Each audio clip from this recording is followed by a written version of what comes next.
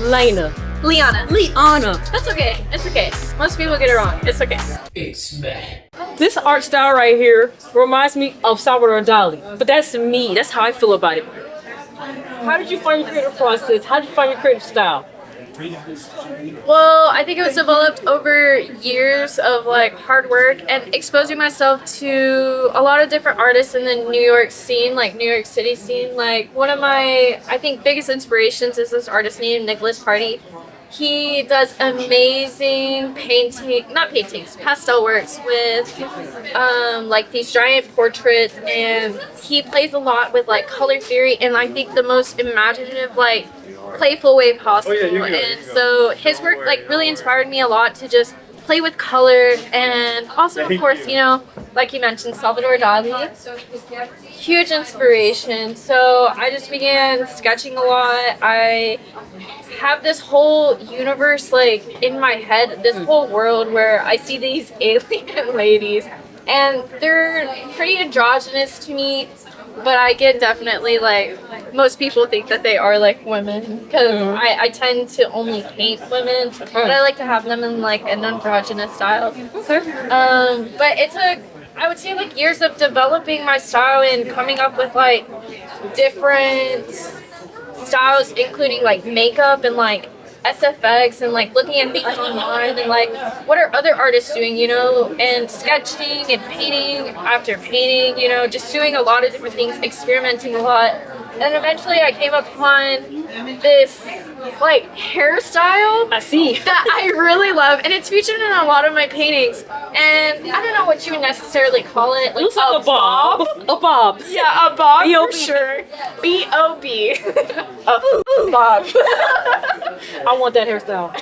But I do have a bob sometimes. But I love it. I think it looks very editorial, and the way that I try to paint it, it looks, you know, a little alien-like, and I really love that about like these women that I'm painting, these androgynous alien beings. Like, I don't want them to be from this earth, but I want them to be related to this earth. And a lot of the paintings that I do are usually like super large scale. So for me, this is like a new experiment, painting on a really small scale. This is a 10 by 10 painting versus what I usually do that's like 5 by 6 or 7 by 8, you know, like super huge. And so for me to like try to contain these worlds, it was a new experiment for me. So I'm always like constantly like reinventing. But I think playing with color and just being not afraid of like colors interacting with one another, I think is the best like thing that you can do if you're into color. Obviously there's like black and white artists, you know, and like people who did different things. But for me, I love the surreal, I love biomorphic elements, I love like very editorial fashion things. So for me to like combine all those together into one, like I really think that I finally got this like formula down. You talked to me earlier, you said that you had creative blocks. Why did you have creative block, and how did you get out of it? I had creative block because I had this giant art commission piece. It's a 4 by 5 giant oil painting, and the girl who asked me to do it, she's a great friend of mine, and she allowed me to have like artistic freedom, like with the painting, with some guidelines, but it's still like, it's been something that I've been working on for longer than a month, and it's just, I think it's because it's something like a sign, something that's been commissioned, something that's not just straight from like my heart and soul, that it's giving me a bit of artist block because I have to think about like, well, what would she like, but then also what would I like? That killed me.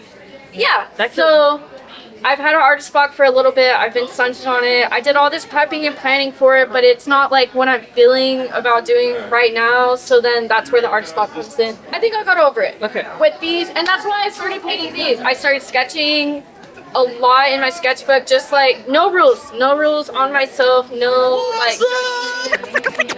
Are y'all videoing? We It's fine, are. yeah. What do you think about these two paintings right here? These are mine.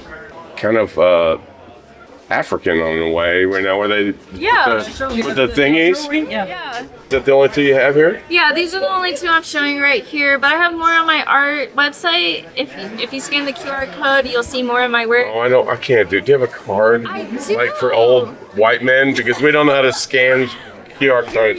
For feet by 5 feet. These are 10-inch by 10-inch, so big difference for sure. 4 feet by 5 feet is probably like Bigger than me. like from this painting to this painting, and then like all the way to the floor. So a lot bigger for sure.